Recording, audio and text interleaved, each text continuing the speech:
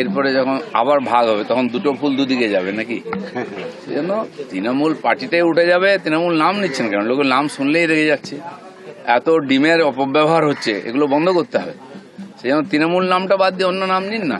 কংগ্রেস থেকে যখন অরিজিনালি এসছেন তো কংগ্রেসের দিকে ফিরুন। ওটাই তো সবার অন্তিম পরিণতি। কংগ্রেস থেকে যারা বেরিয়ে আসে আবার কংগ্রেসে বিলীন হয়ে যায়, সেই দিকে রাস্তা ঘুরিয়ে নিয়ে।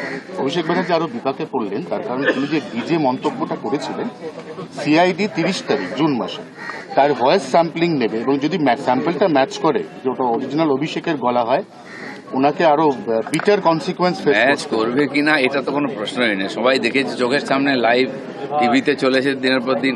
খালি ওইটা কেন? তোদের কোন বাপ রক্ষা করবে, এটা কি অবজেকশনাল নয়? সেই জন্য যে ধরনের ব্যবহার, একদিন কেন বলি, এর আগের থেকে চলে এসছে। ডায়মন্ড হারবারের মানুষের উপর কিভাবে অত্যাচার করে, নাহলে লোকে ওদেরকে জামানত জব্দ করে। কেন, অভিযোগ তো অনেক আছে, দেখা যাক। সিআইডি লেগেছে, দরকার হলে অন্যরা লাগবে। এই ধরনের মানুষদেরকে রাজনীতি থেকে দূরে রাখা উচিত, সময় থেকে দূরে রাখা উচিত। চোখে প্রবলেম হচ্ছে, ভাইপো বিদেশ যাবে, গিয়েছেন, কিন্তু এখন তো আর যাওয়ার উপায় নেই, কারণ যতক্ষণ না বিচার শেষ হবে ততক্ষণ কেউ বাইরে যেতে পারবে না। মমতা বন্দ্যোপাধ্যায়ের পরিবারেই এবার বিদ্রোহ। তার ভাই বলছে যে তৃণমূলে সে কোনোদিনই দাম পায়নি, শুভেন্দুদা আগে তাকে ডেকেছিল, এবার তিনি কোথায় যাবেন সেটা। 15 বছর পর এরকম মনে হলো যে দাম পাননি, কত দাম চাই, আর দামই বা কি আছে ওদের। এই ধরনের কথাবার্তা চলছে। যাকে টিএমসির ব্যাপারটা ওখানেই থাক, আমাদের অন্য কোনো চিন্তা নেই। মিড ডে মিলের ডিম নিয়ে অনেক সমালোচনা আসছে। সবাই বলছে ডিম ছুটছে, তো আমরা দেখতে পাচ্ছি, ভাল লাগছে। যারা গরিব তাদের পুষ্টির সস্তার পুষ্টিকর জিনিস হচ্ছে ডিম। যদি ইসকন টেক ওভার করেছে, অতএব ইসকন ন্যাচারালি তার জায়গায় দেবে হচ্ছে রাজমা।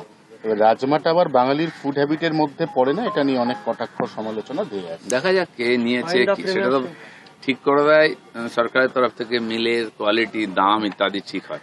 সব জায়গায় দাম বেড়েছে। হসপিটালে যে মিল ছিল 52-57 টাকা, সেটা 100 টাকার বেশি ছিল, 110 টাকা করা হয়েছে।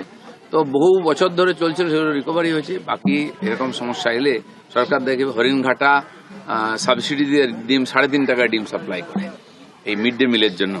সরকারি পয়সাই যায় এতে, আর ওই ডিম এই জন্য উৎপাদন হয় যে বাচ্চারা যাতে খেতে পারে।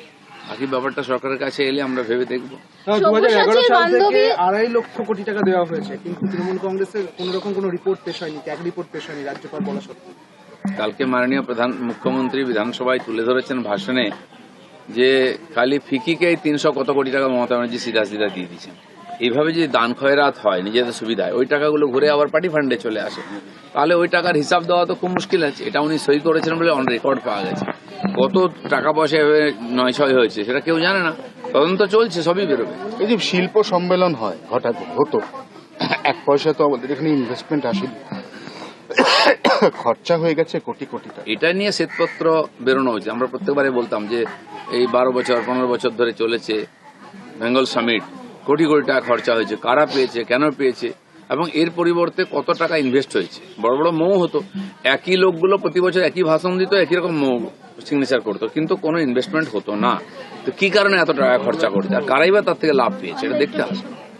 বলছি, সব্যসাচীর বান্ধবী টিনা, যার বাড়ি থেকে 3.5 কেজি সোনা পাওয়া গিয়েছিল, তিনি এখন অধরা, পালিয়ে গেছে, পুলিশ খুঁজে পাচ্ছে। অনেকেরই বান্ধবী পালিয়ে গেছে, এখন কি করা যাবে? আইনের ব্যাপার তো, সিআইডি দেখছে, খুঁজে দেখবে। অনেকের বান্ধবী ধরা পড়েছেন, অনেকের বান্ধবীকে খোঁজা হচ্ছে। বান্ধবী কালচারটা তো টিএমসিতে ব্যাপক ছিল, এখন বোঝা যাচ্ছে ওটা। আরেকটা অপা বেরিয়েলো তার মানে। হ্যাঁ, অপা বেরোচ্ছে, আরো কারো বেরোবে, আরো কারো টাকা নিয়ে কেউ চলে গেছে। এই ধরনের কমপ্লেন এসেছে। কমপ্লেন আসলে কালকে এটা নিয়ে মাননীয় মুখ্যমন্ত্রী বলেছেন, টিএমসির লোকেদের বলেছেন, আপনারা বলছেন তদন্ত হোক, চুরি কে করেছে। আপনাদের কাছে তথ্য আছে, আপনারা তথ্য দিন। আমরা তো চাই যে পরিষ্কৃত হোক, স্বচ্ছ ভারত আমাদের পশ্চিমবাংলার অর্থনীতিতেও হোক। নিজেদেরকে আসল তৃণমূল দাবি করে ঋতব্রতরা কালকে গিয়েছিল নির্বাচন কমিশন। আসল তৃণমূল তারা। চলুক, এটা ওদের নিজেদের ফ্যামিলি ম্যাটার, আমাদের নাক গলাবো না। এই যে বাড়ি বাড়ি থেকে কেজি কেজি সোনা বেরোচ্ছে, মানে আগামী দিনে কি আরো এরকম একাধিক নাম সামনে আসছে তৃণমূল কংগ্রেসের একাধিক নেতৃত্বের, তাদের বাড়ি থেকেও কি এরকম কেজি কেজি? না, 5 কিলো সোনার জন্য 48টা দেশ বিশ্বকাপ খেলছে। 5 কিলো সোনা, সেটা আবার 14 ক্যারেট। আর আমাদের এখানে অলরেডি একজন নেতা নেত্রীর বাড়িতে 76 কেজি সোনা একা সব্যসাচী নিয়ে বসে। 9.5 কোটি। আর বলছে পশ্চিমবঙ্গে গরিব, টাকা নেই। আপনি দেখুন, এই প্রায় 8.5 লক্ষ কোটি টাকার যে ঋণ পশ্চিমবঙ্গের মানুষের মাথার উপরে বসানো হয়েছে, টাকাগুলো তো এসেছে, গেছে কোথায়? কোথায় উন্নয়ন দেখতে পাচ্ছেন? এই পার্কে আমি দাঁড়িয়ে আছি আজকে, আর এখানে তো 10 কোটি টাকা খরচা করে একবার এই পার্ক সাজানো হয়েছিল। আমার কাছে লম্বা অভিযোগ নিয়ে লোকেরা এসছেন যে গরু ছাগল ঢুকে সব খেয়ে যাচ্ছে, কোনো সুরক্ষা নেই, শৌচালয় নেই, মহিলারা যদি স্নান করতে চান তার চেঞ্জ রুম নাই।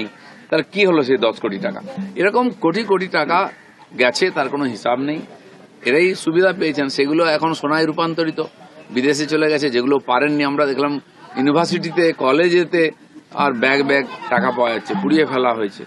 যেখানে সেখানে মাটির তলায় টাকা পাওয়া যাচ্ছে। কত রকম ভাবে টাকা লুট হয়েছে, রাখার জায়গা নেই। আজকে অপরিসীম লুট, পশ্চিমবাংলার মানুষের পরিশ্রমের ধন আর তাদের মাথায় ঋণের বোঝা চেপেছে।